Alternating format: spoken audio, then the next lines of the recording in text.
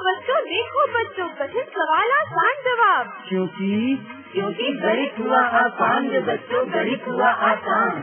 अंकों का है खेल निराला, जोड़ घटाओं ने क्या कर डाला। क्योंकि गणित हुआ आसान जो बच्चों, गणित हुआ आसान। शून्य का है खेल अजब, अंकों के संग करे गजब। कभी अंकों को शून्य बनाता या अंकों का मान बढ़ाता। क्योंकि गणित हुआ आसान जो बच्चों, गणित हुआ आसान। अलवर की आवाज 90.8 FM पर एक बार फिर आपके साथ है आपका दोस्त बसंत।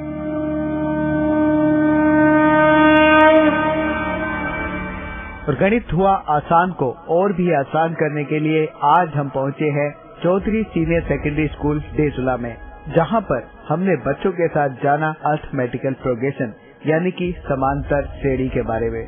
और इस बारे में बता रहे हैं हमारे IIT अलवर के असिस्टेंट प्रोफेसर आरिफ मोहम्मद। तो चलिए जानते हैं क्या होती है अर्थमेटिकल प्रोग्रेशन यानी कि समांतर श्रेणी।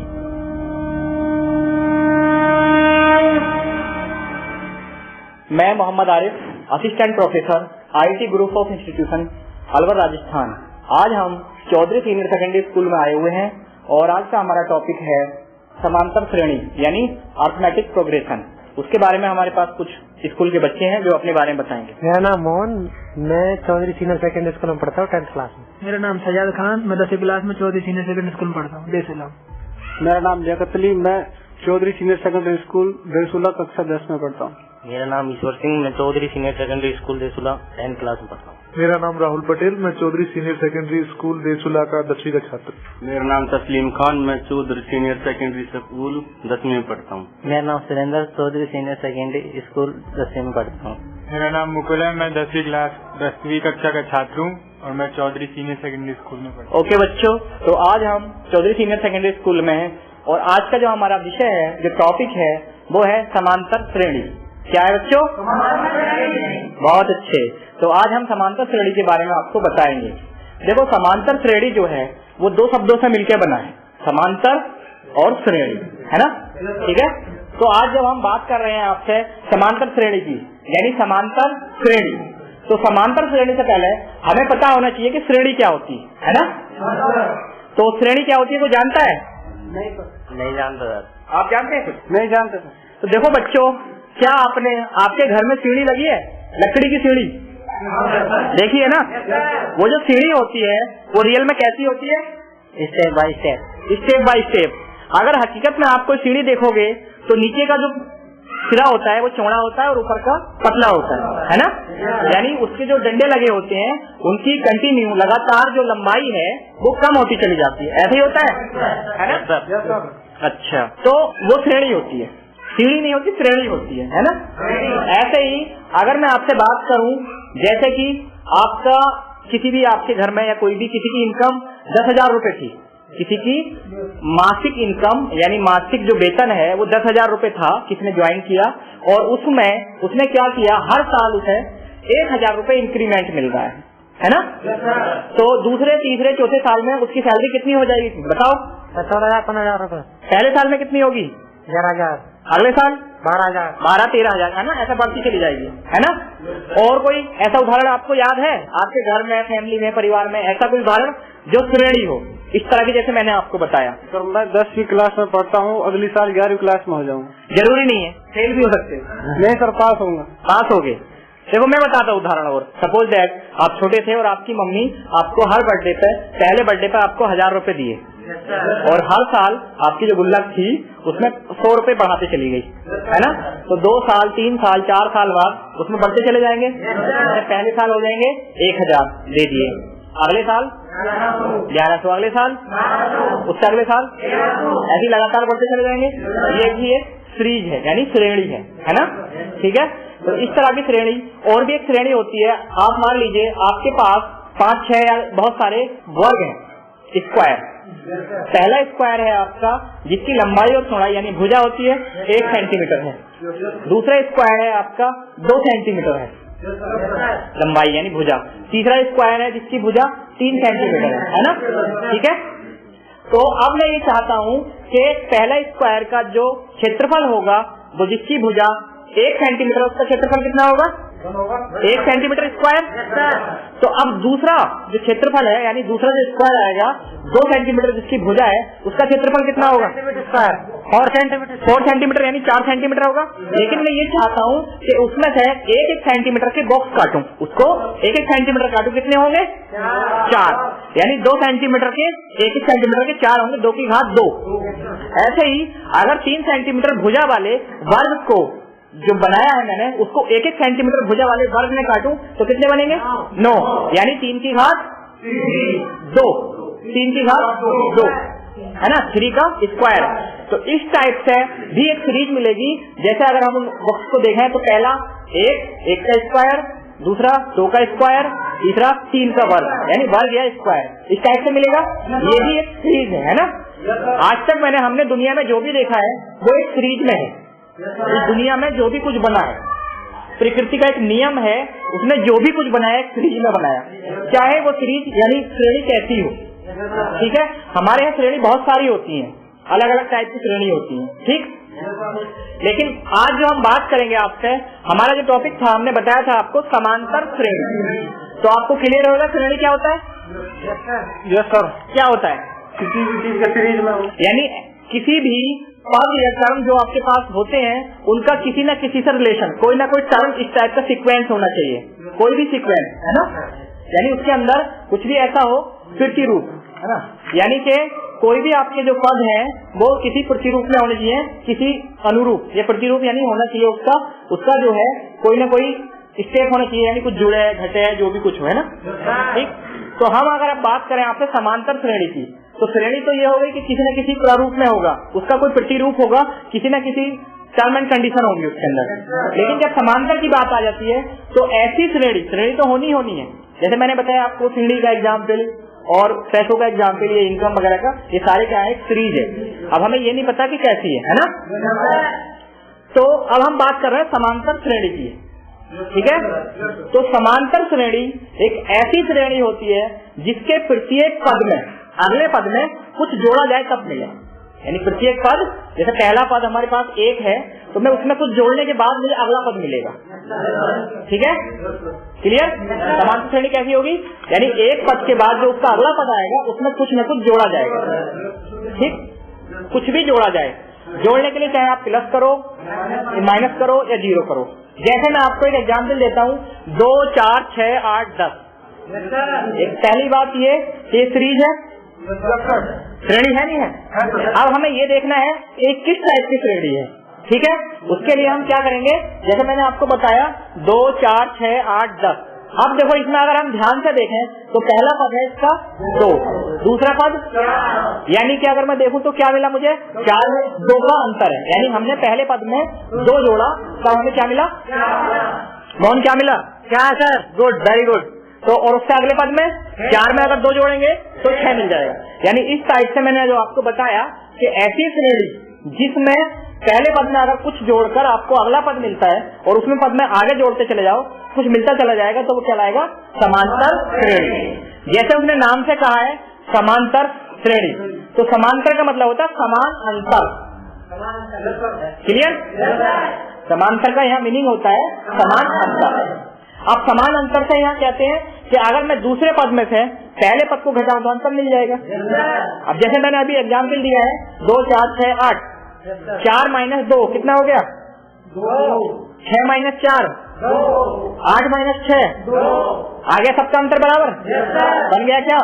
समांतर श्रेणी। समांतर श्रेणी। क्लियर? ऐसे हमारे बहुत सारे एग्जाम्पल हो सकते हैं। कोई एग्जाम्पल बताओ राहुल, समांतर श्रेणी का कोई भी एग्जाम्पल। सर 3, 6, 9 सर इसमें। हाँ सर इसमें 3 का अंतर है सर। हाँ, गुड, वेरी गुड सर, ये समांतर श्रेणी का एग्जाम। Okay, very good. यानी कि 3, 6, 9, 12 इसमें भी जो है 3 का अंतर है। Good, very good. और कोई एग्जाम्पल बता सकता है इस टाइप का समांतर श्रेणी का? 4, 8, 12, 16 इसमें 4 अंतर। Good, very good. एक एग्जाम्पल मैं बताता हूँ आपको, 20, 18, 16, 14। क्या ये समांतर श्रेणी है या नहीं? Yes sir. कि इसका अंतर क्या है? 2, -2 सर। Very good. यानी इसमें क्या हुआ, हमने -2 को प्लस किया, यानी -2 को जोड़ा, या कह सकते हैं इसमें से हमने 2 घटाया। ठीक, एक और एग्जाम्पल मेरे पास आ रहा है दिमाग में कि 3 3 3 3 3 3 3 3, 3, सेम है। 4 4 4 4 ले लो, 5 5 5 5 ले लो। क्या ये समांतर श्रेणी है या नहीं? आप समांतर श्रेणी है। इसमें जो अंतर है वो कितना है? गुड। देखो ऐसी श्रेणी जिसके अंतर 0 भी हो सकता है ना? ठीक है, क्लियर? तो यहाँ हमें पता लग गया कि भाई कोई भी श्रेणी जिसमें अंतर समान हो, ऐसी श्रेणी जिसके पदों के बीच में समान अंतर हो, वो क्या कहलाता है? समांतर श्रेणी। क्लियर? गुड। अब इस श्रेणी के लिए हमें 2 चीजों की हमने जरूरत पड़ी, है ना? जैसे पहली चीज थी हमारे पास पहला पद। अगर मैं आपको पहला पद दे दूं कि भाई मैंने लिख दिया 2, कोई समांतर श्रेणी बनाओ, तो क्या आप बना सकते हो?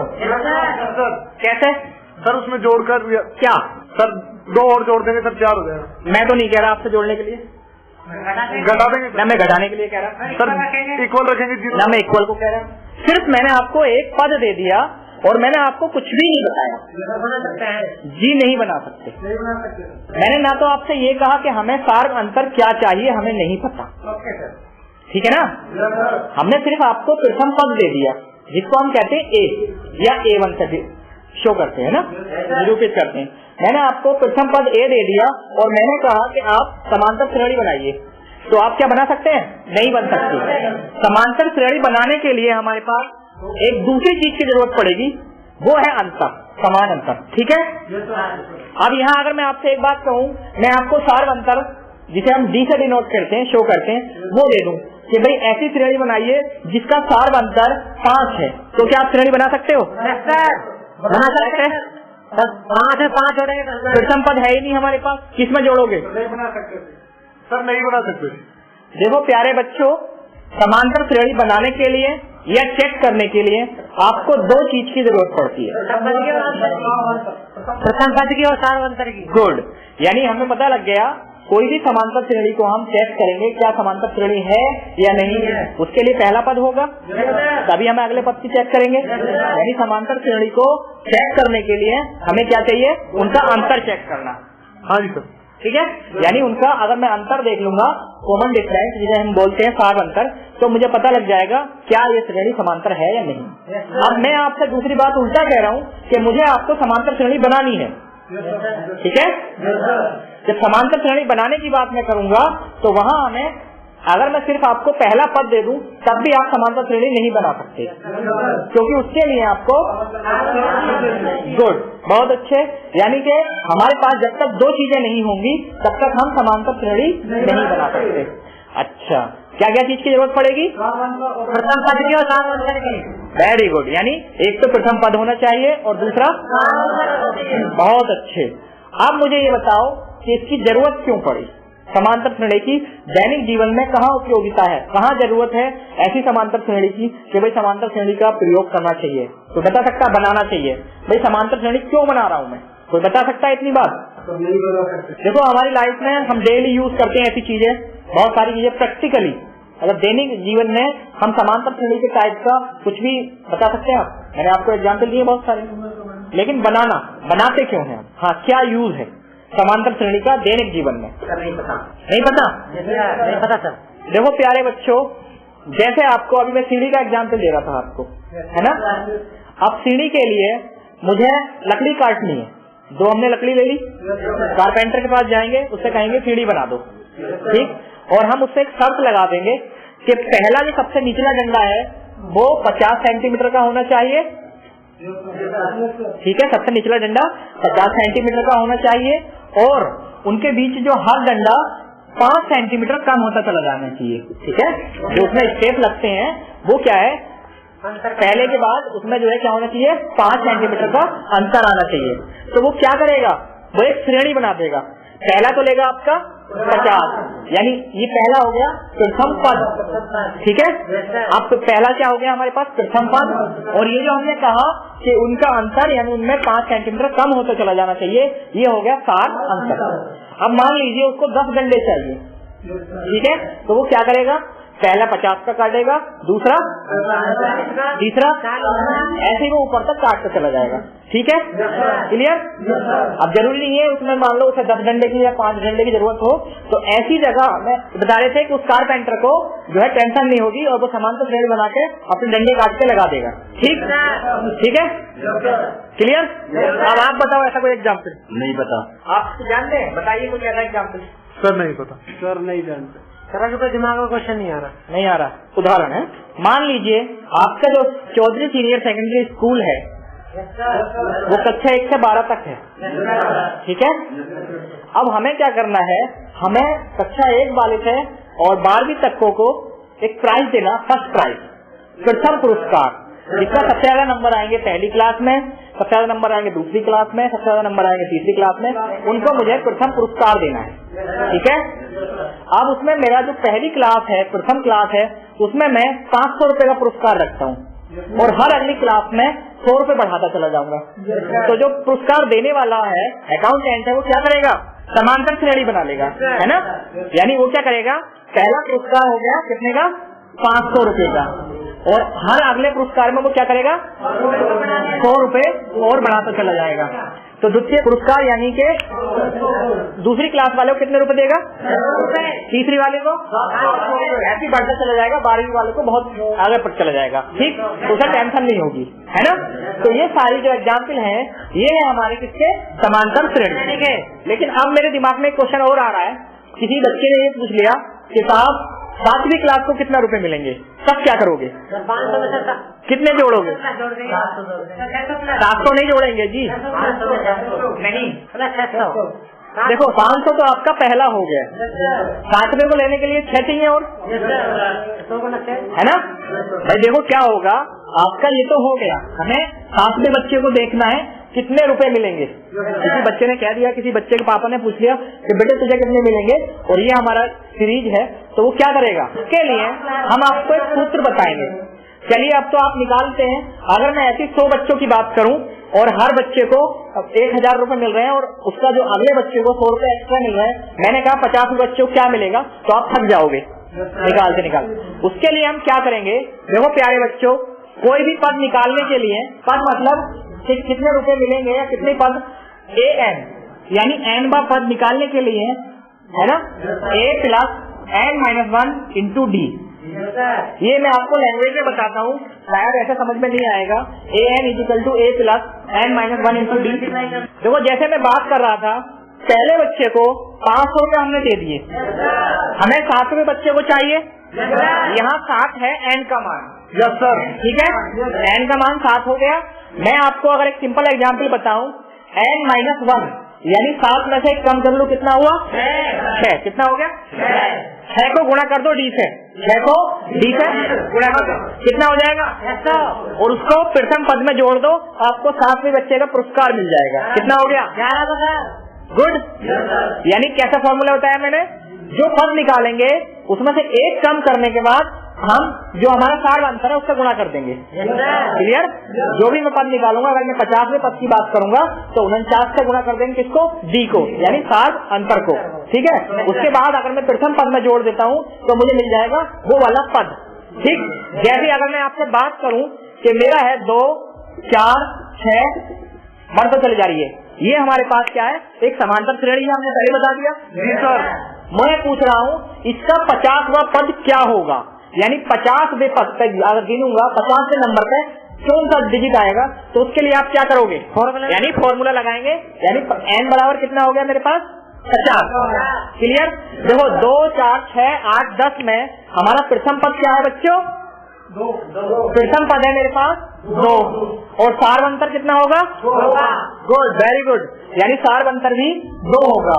और मैंने निकालना है 50वें पद पे संख्या कितनी आएगी। ठीक है, तो उसके लिए मैं क्या करूंगा, यानी कि 50 में से कम करो, कितना हुआ, 49 को किससे गुणा करेंगे, 2 से, यानी डी से, सार अंतर से। कितना हो गया, 49 दूनी 98, और 98 में और हम प्रथम पद जोड़ देंगे, क्या हो जाएगा, को।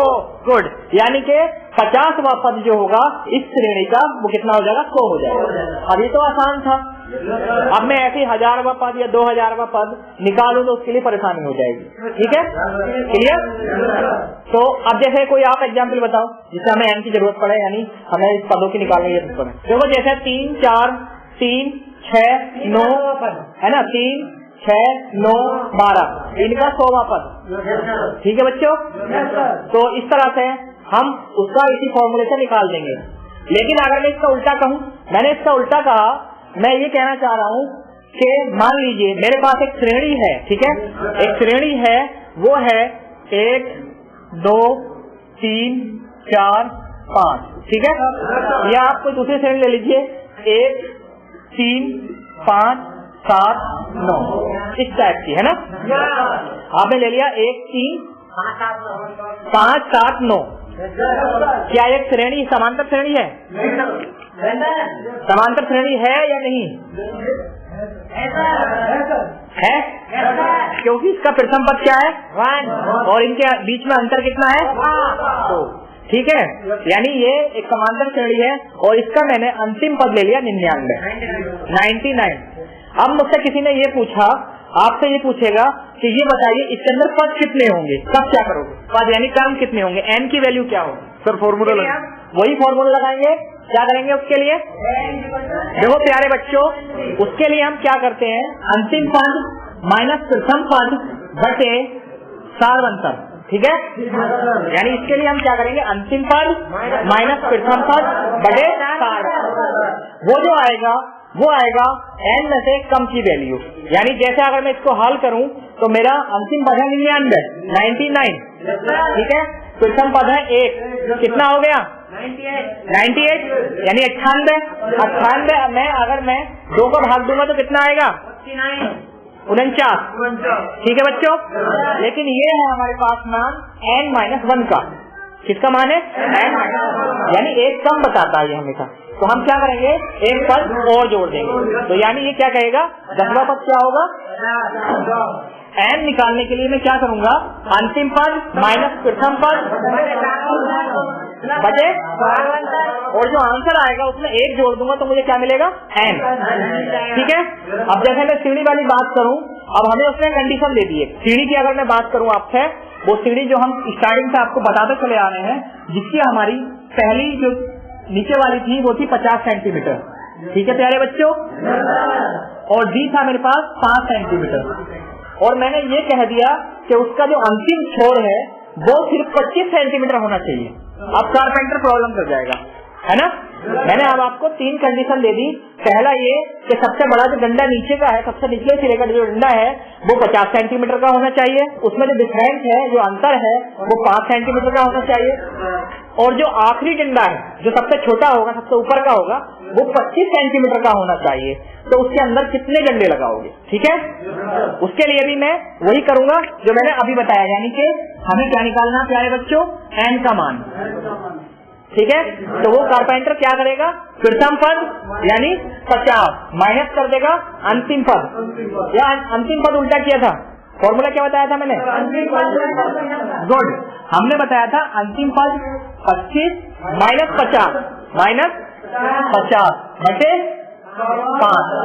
ठीक है, तो ये कितना आ जाएगा प्यारे बच्चों? देखो ये आ जाएगा हमारे पास, देखिए 25 में से 50 जाएगा, माइनस के 25 बटे 5 बराबर माइनस के 5, और इसमें 1 जोड़ देंगे, है ना। यानी ये आ जाएगा हमारे पास कितने, माइनस के 4। जब माइनस के 4 आएगा, इसका मतलब है कि डंडा माइनस में हो सकता है? नहीं। तो इसका मतलब ये है कि हमेशा घटते हुए क्रम में, है ना। लेकिन जब हम घटते हुए क्रम की बात करेंगे, देखो सुनो, जब हम घटते हुए क्रम की बात करेंगे तो -4 नहीं आएगा। आपको पता होना चाहिए कैसे। देखो आपके जब मैंने अभी फॉर्मूला बताया उसके हिसाब से आपका -4 आ रहा है, ठीक है। लेकिन जब घटता हुआ क्रम होगा तो पहला डंडा कितने का होगा? 50 का, दूसरा डंडा, तीसरा 40 का। आप मुझे ये बताओ प्यारे प्यारे बच्चों, इसका अंतर क्या होगा? सारवंतर जी नहीं, -5, ठीक है। तो इस हिसाब से मेरा आंसर कितना आ रहा था? -4। तो ये नहीं हो सकता, ठीक है। अब आप इसका आंसर निकालो करेक्ट आंसर आएगा। यानी कि देखो क्या आएगा, 25 माइनस के 50 बटे माइनस के 5, क्योंकि आपका क्या है, कम होता चला जा रहा है। तो ये आंसर आएगा आपका 5 प्लस 1 बराबर 6।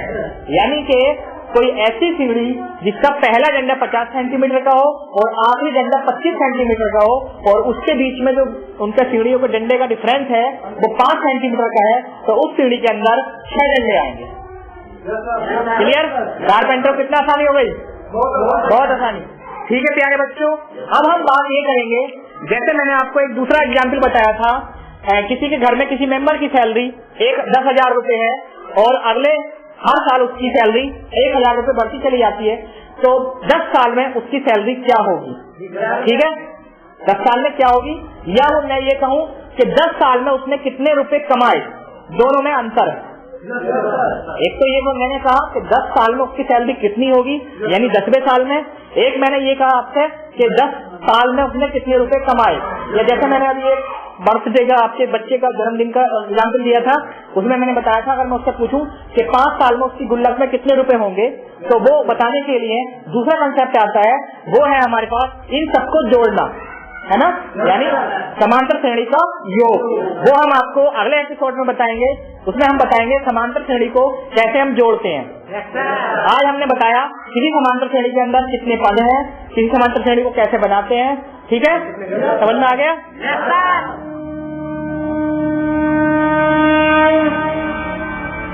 तो दोस्तों, अब तो आप जान ही गए होंगे कि क्या होती है अर्थमेटिकल प्रोग्रेशन यानी कि समांतर श्रेणी, और इस बारे में आपको बता रहे थे IIT अलवर के असिस्टेंट प्रोफेसर आरिफ मोहम्मद, और साथ में थे चौधरी सीनियर सेकेंडरी स्कूल के कुछ छात्र।